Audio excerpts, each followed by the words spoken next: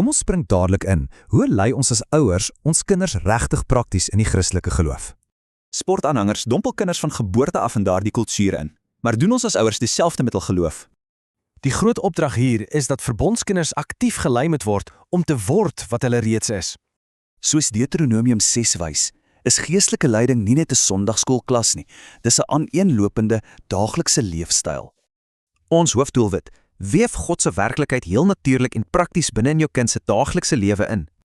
Jou hooftaak: leer jou kinders wie God is, wat Christus gedoen het en hoe om self daarop te reageer.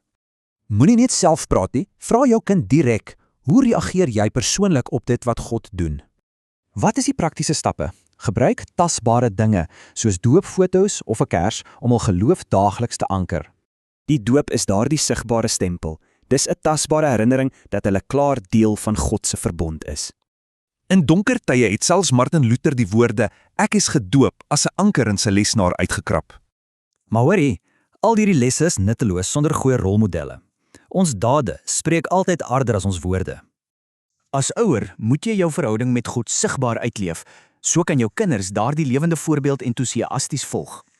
En wat as ouers dalk tekortskiet? Wel, dan rus die verantwoordelikheid vierkantig op grootouers om onmiddellik te help lei.